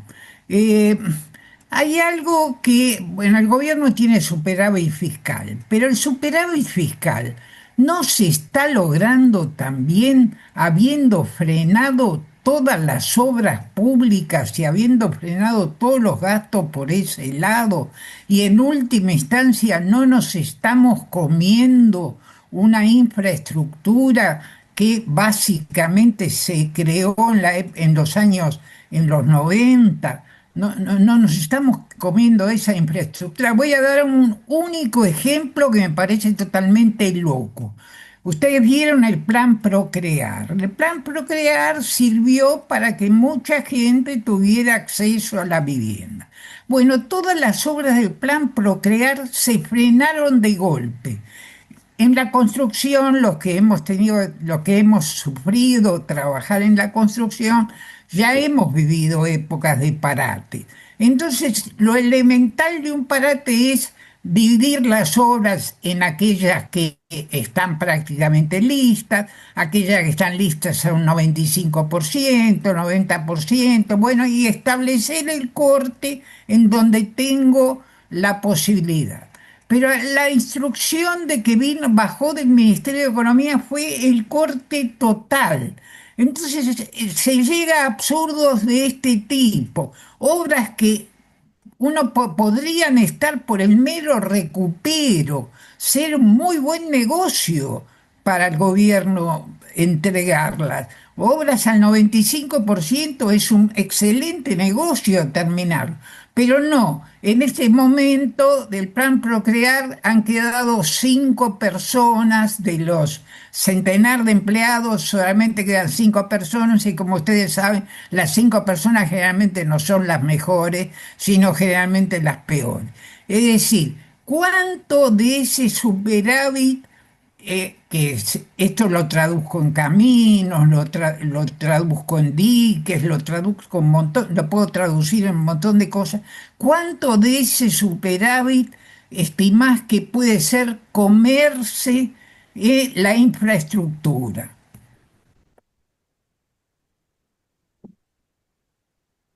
Acá estoy. El gasto cuando vos mirás lo que se llama gasto de capital del sector público nacional, o sea, del Tesoro Nacional, eso no representaba más de 1,5% del PBI. Y hoy está en 0,6, 0,7, o sea, se cortó a la mitad todo ese gasto de capital. Eh, Evidentemente no se puede seguir así de manera indefinida, ¿no? Porque tal cual vos decís, nos estamos comiendo el capital en infraestructura. Y es uno de los reclamos más importantes que tiene buena parte del sector privado argentino hoy.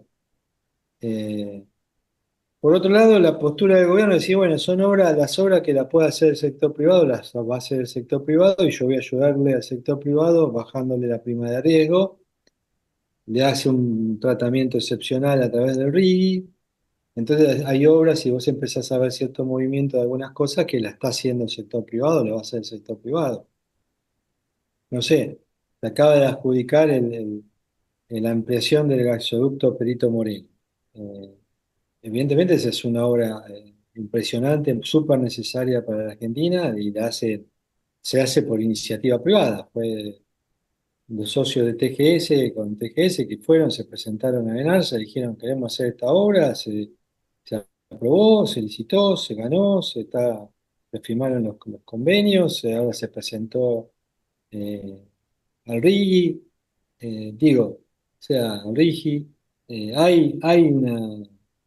hay cierto movimiento de algunas obras muy puntuales de infraestructura que son de interés privado y que hacen al potencial de crecimiento de la Argentina. Ahora, estoy totalmente de acuerdo con vos, por eso yo decía que esta segunda mitad de mandato es, en lugar de un Milei destructivo, tiene que ser un Milei constructivo. Y la pregunta que nos hacemos es si existe ese Milei, ¿no? Si esta segunda etapa va a decir, bueno, ahora yo tengo que hacer también no solo sintonía fina de la estabilización monetaria y cambiaria, sino también de la fiscal. Y entonces empezar a decir, bueno, para esto sí, para esto no, pero ahí el gran problema es que muchos gastos, a mí cuando hablamos, ¿no? Cuando daba clases, yo le decía a mis alumnos, miren muchachos, la gran diferencia entre la política monetaria y la política fiscal es que la política fiscal tiene nombre y apellido. Porque cuando vos decidís cómo gastás la plata, vos sabés en qué la gastás y a quién le va a tocar y a quién no y qué implica ese gasto, ¿no? Entonces, y cuando lo tenés que recortar, ahí se viene todo el mundo abajo, porque vos ya sabés a quién se lo está recortando. Yo creo que ahora el gobierno de Milei debería intentar hacer una mejora de todo ese proceso de ajuste que al principio fue extremadamente brutal y desordenado y que ahora tiene que ponerle cierto orden de prioridades a ese ajuste del gasto. Eh, Ahora, yo por lo menos cuando estudiaba, cuando miraba los componentes del gasto y los estudiábamos un poco y demás, en general eh, hay mucho gasto ineficiente en todo lo que era la obra pública, ¿no? Entonces, y el Estado podría ahí usar parte de su potencial para facilitar el acceso al crédito del sector privado y que sea el sector privado la que lleva adelante la obra y no con fondos públicos. Ahora, fíjate lo que pasó, por ejemplo, con esta, la primera licitación de los corredores viales, ¿no? Donde la idea era que fuera riesgo privado, pero para que pudieran hacerse la obra salió con garantía del Estado, ¿no? O sea, el que pone la plata va a ser el vice. O sea, hay cosas ahí que hay que seguir trabajándola porque en el apuro de dar una respuesta de que las rutas más importantes de Argentina se iban a reconcesionar y mejorar y tratando de frenar este proceso que a vos te preocupa, Israel, me parece que ahora hay que buscarle la vuelta para que eso sea todo un poco más prolijo eh, y un poco también, ahora salió hoy Caputo, salió con un tuit diciendo, ahora ya hicimos las de las rutas del norte, ahora vamos a hacer las rutas del sur, eh, y entonces se abre otro proceso parecido. Espero que no termine de nuevo con una garantía, digamos, del gobierno nacional en términos de financiamiento, o que si sea una garantía y no necesariamente un préstamo casi directo. Eh, pero yo creo que eso se puede ir mejorando y hay márgenes ahí para hacer algún reacomodamiento de gastos adicionales. Todavía hay mucha superposición de gasto entre la nación y las provincias, que se puede corregir. Entonces ahí de los dos lados, por eso es tan importante el diálogo, porque si vos haces un paneo de gasto, hay muchísimo gasto duplicado, programas que se duplican a nivel nacional y provincial y no sabes bien quién lo ejecuta y cómo mejorarlo. Entonces, el diálogo también debería servir para eso, ¿no? Para hacer un presupuesto de gastos consolidado que sea lógico y que se gaste lo necesario, y ahí se liberarían recursos sin duda. Lo que pasa es que, viste, el gobierno nacional quiere tener su capacidad de gasto y la provincia dice, no, pero esto es el gasto que tengo que hacer yo porque saca rédito político de ese gasto y se terminan duplicando algunos. Nosotros en el equipo de la CUNSA habíamos identificado hasta 3,5, casi 4 puntos de gasto que había en superposiciones entre nación y provincia, programas superpuestos, ¿no? Entonces, vos imagínate ahí la cantidad de recursos que liberás, 3 veces, casi 4 veces lo que gastás normalmente en obra pública. Entonces, hay mucho laburo para hacer, pero eso necesita de acuerdos políticos y de sentarse ítem por ítem del gasto. La ventaja que hay es que este presidente demostró que no le importa pagar costos políticos, así que podría hacer todavía un paneo de gasto, mejorarlo y negociar con la provincia cómo se solventan esas obras públicas, pero yo estoy de acuerdo, hace falta un buen programa de obra pública, pues nos estamos comiendo el capital. Gracias, Luis. Ahora Sergio Negri. Sergio, vos habías escrito algo, hiciste un comentario acá, ¿lo querés leer vos? Bueno, Elsa, muchas gracias, ¿eh? Muchas gracias, saludos a Luis y a todos. Parte de la inquietud ya fue respondida a partir de la pregunta de Norberto, ¿no? Sobre la liberación del tipo de cambio, teniendo en cuenta el factor del gran apoyo del Tesoro de Estados Unidos, ¿no? Así que esa parte de la pregunta ya fue respondida por Luis. Pero hay dos complementarios a eso. Uno anterior y uno más amplio, si se quiere. El anterior es qué de la salida definitiva del cepo, digamos, ¿no? Por el tema del aliento a las inversiones. Sabemos que si no se sale del cepo y los fondos no pueden girarse al exterior, la tasa interna de retorno que se pide para que las inversiones vengan al país tiende a infinito, digamos, ¿no? Ese es un punto. Y el otro punto es si quizás no estemos más cerca, no de la liberación del tipo de cambio, sino lisa y llanamente de la dolarización. Habida cuenta de que esta semana hubo alguna novedad al respecto, de que la salida de la dolarización estaría siendo promovida por los Estados Unidos. Antes se lo veía como una respuesta endógena, ¿no? Ahora pareciera que viene fuerte desde el norte, ¿no? La idea, y no solamente para la Argentina, sino para otros países del mundo, sea la de Turquía, Venezuela, etcétera, etcétera, etcétera. Eh, y en el marco geopolítico de tratar de contener el avance chino, ¿no? Bueno, un poquito hacia esos lados va la pregunta. Sí, gracias. Me quedó pendiente una respuesta del tema de las reformas estructurales, de que llevan tiempo. Eh, sí, llevan tiempo, por eso yo decía que a veces la macro tiene otra velocidad distinta que la microestructural o la reforma institucional, por eso sería prudente rearmar un poco el programa económico y esperar que esas reformas operen en el tiempo. La reforma laboral española es un excelente ejemplo porque esa reforma estaba destinado a operar en el flujo y terminó operando en el stock, ¿no? Porque muchas empresas y españoles estuvieron dispuestos a recontratarse bajo las nuevas normas de la reforma. Entonces, eso es un tema, es un elemento, yo creo que es la reforma laboral tal vez más moderna, más concreta y con mejores resultados de las que tenemos memoria, entonces hay que tenerla como un parámetro, digamos, de qué puede pasar después de una buena reforma laboral. Ahora, yendo a tus dos preguntas, yo estoy totalmente de acuerdo que no hay normalidad posible de la economía argentina si mantiene el cepo. No, es esto que genera esta cosa de, bueno, ¿y qué pasa si salimos del cepo? ¿Qué puede pasar cuando se levanta el cepo? Traba todo, el RIGI es un buen ejemplo, ¿no? O sea, el RIGI es el puenteo transitorio del cepo, en cierto sentido, ¿no? Entonces, es evidente que algo, si le tenés que decir a alguien que está dispuesto a invertir, te levanto las restricciones, es porque claramente esas restricciones están frenando algo, ¿no? Entonces, yo no creo que haya posibilidad de estabilizar en forma permanente si se mantiene el cepo. Esa es mi visión y preferiría correr riesgos, pero de vuelta, ese es el riesgo que el presidente tiene que decidir si lo corre o no.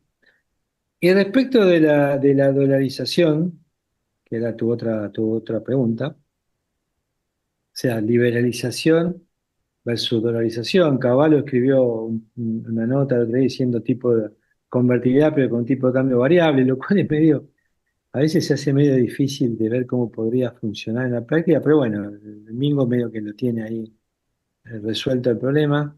Eh, ¿Sabes por qué los economistas discutimos tanto los regímenes cambiarios? Porque desde hace mucho tiempo nos dimos cuenta de que ninguno pudo inventar uno que nos satisfaga por completo a todo lo que le queremos hacer al tipo de cambio, ¿no? Queremos que el tipo de cambio permita la movilidad de capitales, queremos que el tipo de cambio te dé márgenes o cierto colchón a los flujos de capitales especulativos. Queremos que el tipo de cambio te deje hacer política monetaria para ajustar la economía.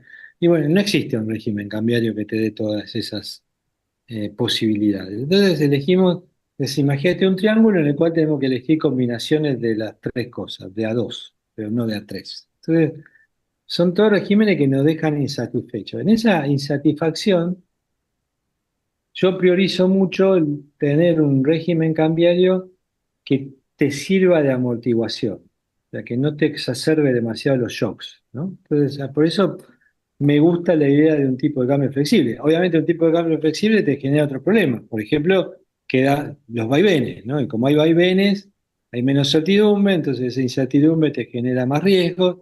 Entonces uno dice, no, mejor tener ciertos controles o que flote, pero con controles a los capitales o con intervención. Entonces empezás a ver regímenes intermedios, ¿no?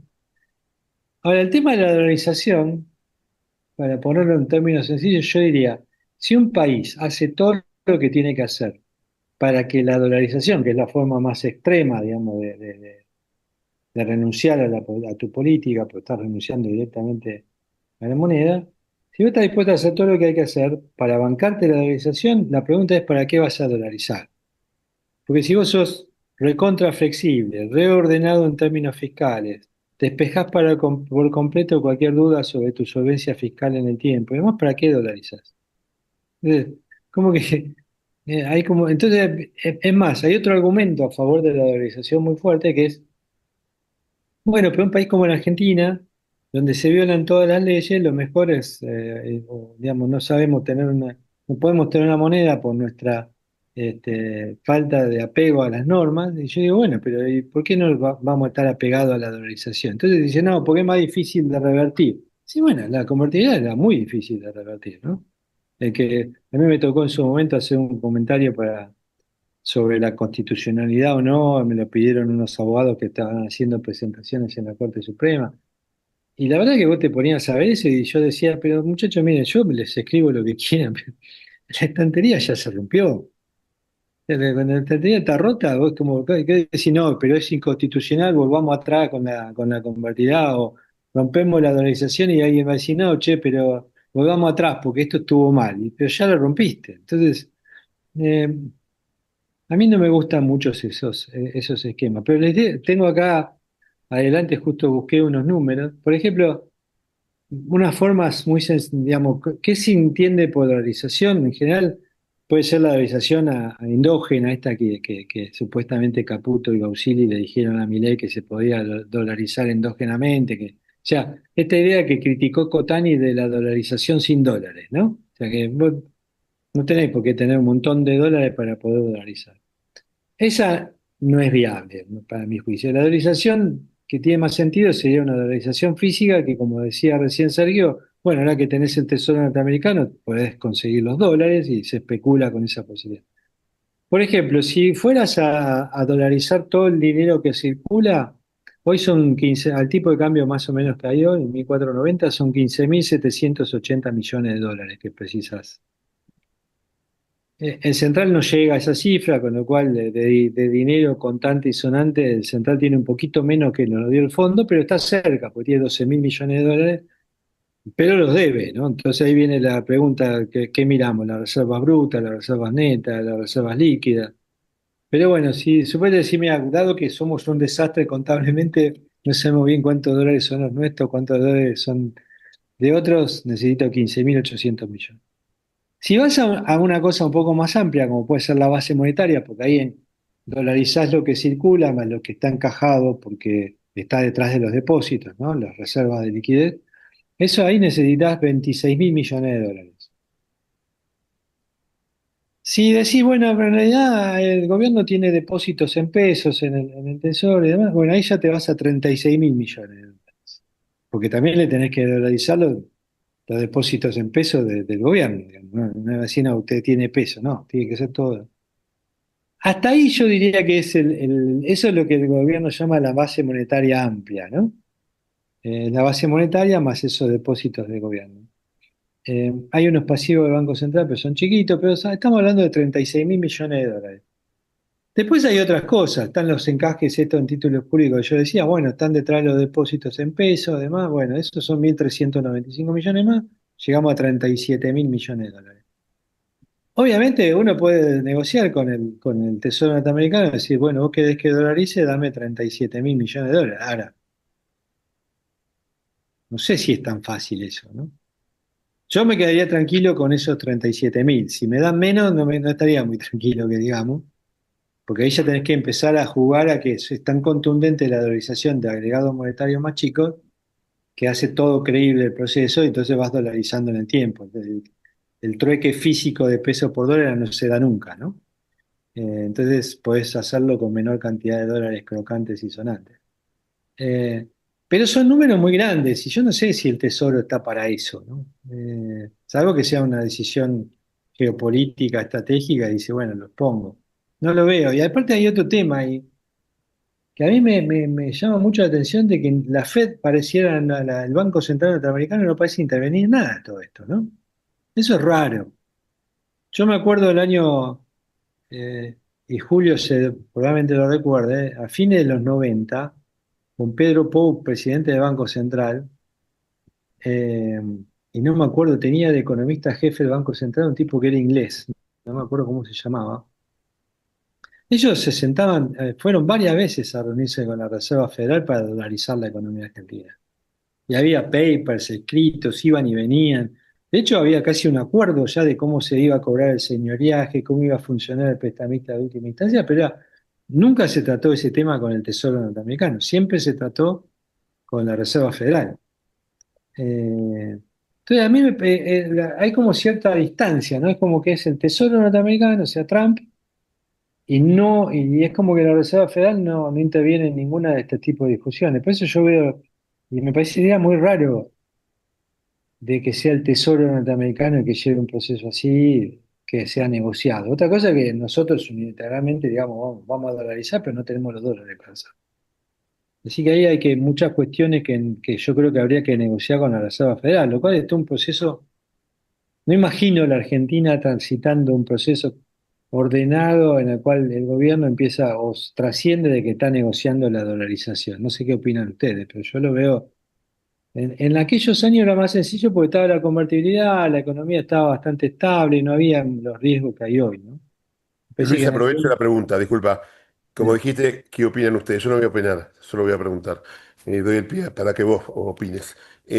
¿Por qué no tomás la base de Ecuador, El Salvador, digamos, y decís, ellos hicieron esto y nosotros no podemos hacerlo, o sí podemos hacerlo?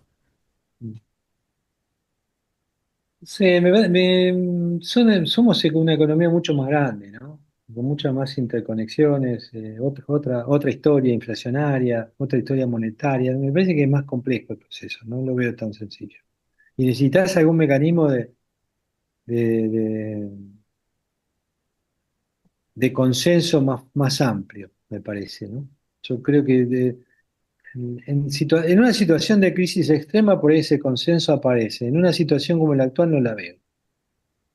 No lo veo. Que creo que fue lo que vio Milei incluso en su momento, ¿no? Es decir, era como que para que surja un consenso en torno a una cosa que es tan permanente o que se supone que tiene que ser permanente en el tiempo, no lo veo. No lo veo fácil de lograr en la Argentina de hoy. Y no veía también en aquel momento, yo discutía con Ocampo, con los primeros pensadores del tema para mi ley, y no veía tampoco que ellos tuvieran todas las respuestas, y supongo que eso fue lo que vio mi ley también, ¿no? Así que, y ahora me parece que estamos más lejos de poder hacerlo, salvo el respaldo norteamericano, con lo cual ahí te da una pauta, una posibilidad, eh, pero no sé si van a transitar ese camino. Realmente creo que ha sido descartado. Muchas gracias, Luis, por las respuestas muy completas. Ahora tengo a Susana Decibe, Portillo y Caro. Y faltando 20 minutos para terminar la reunión, les pediría si podían las preguntas ser concretas, cortitas y al pie. Susana. Bueno, me toca a mí, gracias. El problema no son las preguntas, sino mis respuestas. Soy medio larguero. No, a vos te doy permiso para que te extiendas todo lo que quieras. Es muy interesante, tus opiniones son muy interesantes, pero yo los limito a los socios. Sí, Bueno, Susana. sí. No, yo no voy a ser extensa. Gracias, Luis, por tu exposición. Yo no voy a ser extensa porque no tengo opinión en economía. Para mí realmente es un juego de apuestas. Y la pregunta tiene que ver con eso. Vos decís que vos apostarías sin ninguna seguridad a flotar, y el presidente dice lo contrario: yo no voy a apostar a eso porque corro enormes riesgos. Entonces mi pregunta es, si vos no pensás que cabe en la decisión del presidente salir, mantenerse como está mientras logra algunas reformas, pero espera el ingreso de dólares en los próximos años por la mejora energética, recursos de la energía, inversiones específicas de vaca muerta, etcétera. Eso por un lado, si no crees que por ahí hay un camino. Y la otra cosa, que aprovechando que vos dijiste que lo conocés a Milei y que es una persona inteligente, y tu consulta y tu duda sobre si en el ministerio de Petovelo, que es el Ministerio Social, hay gestión o no. Como yo sé que no, que la única gestión es haber mejorado la distribución de recursos para los sectores más carenciados, que lo hizo muy bien, pero eso simplemente es distribución. Y la otra en educación, que absorbió educación, y de ahí la información que tengo es que el secretario de Educación jamás puede hablar ni darle sus ideas al presidente. Todo está mediado por Petovelo, que es una persona que de educación no sabe nada, ni de los problemas, ni de la complejidad, ni de para qué se necesita una autoridad nacional en educación.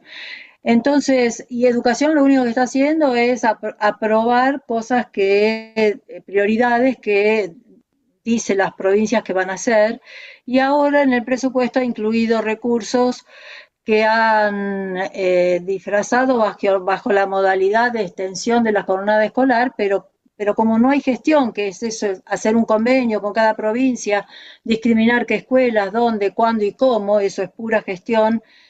Simplemente se esconde lo que antes se daba por el Fondo de Incentivo Docente, que es de nuevo mandar plata sin ninguna monitoreo de la gestión. La pregunta que te hago es si en el conocimiento que vos tenés del presidente está alguna idea tuya sobre si piensa que desde la nación va a gestionar el gobierno de la educación, que ese es el rol que debiera tener, con una cantidad enorme de funciones que él ha declinado que se hagan en este momento. Nada más. Mira, yo sinceramente, empezando por esta segunda parte de tu intervención, no lo veo a Milei con este nivel de organización, si se quiere, de ideas en torno a la gestión. Yo creo que, es más, si en algunos momentos él mismo mostró cierta debilidad respecto de su conocimiento de cómo son los roles federales y nacionales, y qué hace la nación, qué hacen las provincias, cómo le llegan los recursos, si es que hay recursos nacionales que llegan a la provincia para educación, ¿no? Así que estoy de acuerdo con vos que ahí necesita, yo creo que es un gobierno que tiene poco equipo, poca gente entrenada, poca gente en conocimiento, eh, Y eso se nota en la gestión, ¿no? O sea, yo creo que ahí hay un tema de debilidad de gestión que no es solo un proceso de aprendizaje, o que con el aprendizaje se resuelve, ¿no? Yo creo que falta gente, falta carne. Eh, y al presidente tal vez no le interese demasiado estos temas, sinceramente, ¿no? Eh, Probablemente le pueda Bueno, interesar más adelante, es pero como que una tiene cosa, prioridades, eso te ¿no? pregunto. Es decir, para él no lo incluiría como un tema estratégico para el crecimiento.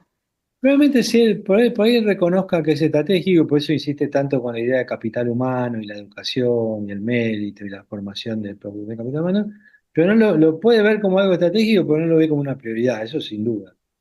Ah, O sea, ok. puede ser dos cosas distintas, ¿no? Dice, bueno, yo sé que tengo que ir hacia ahí, pero no es el momento y ahora no me importa cómo salgo del paso. Yo diría que es muy utilitarista, ¿no? O sea, muy de ver las cosas, bueno, porque me sirve ocuparme de esto ahora o no, bueno, ahora no me sirve, me ocupo más adelante, ya veremos.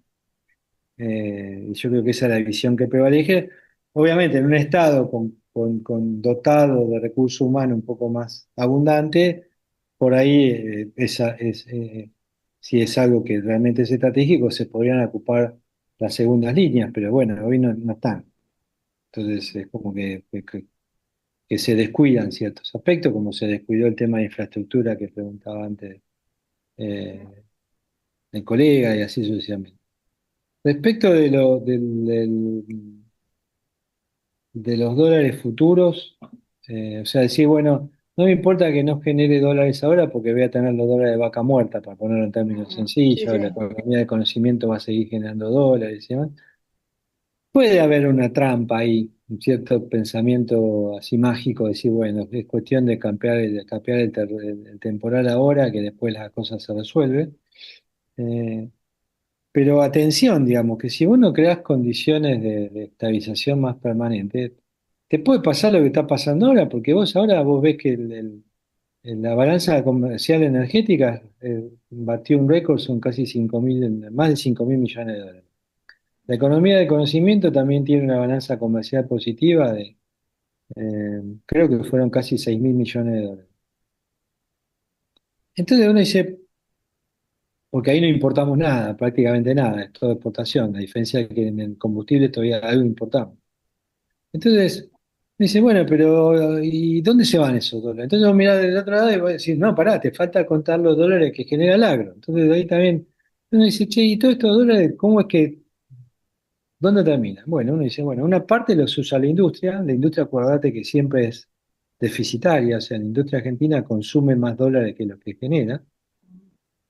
Y te quedan de saldo comercial 6.000 millones de dólares, más o menos. Si lo analizamos este año van a ser 6.000 millones. De hecho, hoy había algunos tweets de gente del gobierno diciendo la energía explica el 90% de la balanza comercial de la Argentina. Y yo digo, pará, no es así. O sea, que sea parecido el número no significa que la energía explica el 90%, porque si no, ¿dónde está el resto de los sectores? ¿Dónde está todo el superávit que genera el sector agroexportador? ¿No? Alguien se lo consume, digamos, ¿no? Lo mismo el sector energético. Entonces, ¿quién se lo consume? La industria. Y la industria, en periodos donde hay dólares, crece y cuando no hay dólares no crece, que es lo que estamos viendo en los últimos años, ¿no? La industria depende mucho de la disponibilidad de dólares. ¿Por qué? Porque en su conjunto es claramente deficitaria. Por eso es la primera que ajusta, la que más cae cuando tenés restricción de divisas. Entonces uno dice, bueno, los dólares de la energía. ¿Sí? Entonces va a haber un montón de dólares en la economía y entonces vamos a resolver todos los problemas. Entonces dice, bueno, pero pará, si Argentina tiene superávit comercial, como dice Caputo, vieron que Caputo dice, me dicen que hay un problema con el dólar, pero hay superávit comercial y la CESPO crece. Primero la CIMPO crece más que la CESPO, el superávit comercial es más chico, y el superávit comercial no alcanza a cubrir el déficit que tenemos en la cuenta de servicios. Eh, y aparte, como hablábamos antes, los argentinos acumulamos un montón de dólares para atesoramiento, no alcanzan los dólares, ni incluso con la industria, ni incluso con el sector externo, perdón, con el sector energético generando un montón de dólares. Y a todo esto le tenés que sumar de que también en el futuro la industria, si la economía mejora, va a empezar a demandar más dólares, con lo cual parte de los dólares que te genera el sector energético los vas a tener que usar para financiar el crecimiento del sector industrial, que va a generar una mayor demanda de insumos importados, maquinaria de equipo, capital y demás. Viene capital y demás.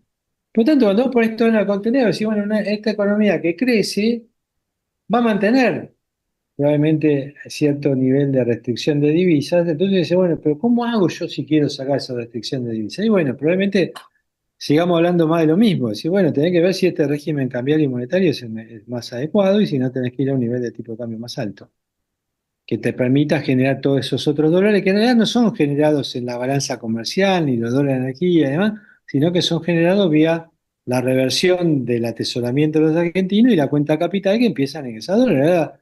Me dice, yo, un tipo que tiene, imagínate, no sé, alguien, una pyme que separó dólares, ¿no? El dueño hizo el esfuerzo, acumuló, tiene los dólares ahí. Y el tipo ese, lo que yo les decía antes, el tipo ese tiene que decidir si este es el nivel del dólar sustentable de mediano y largo plazo, porque tiene que decidir si los vende para comprar una máquina.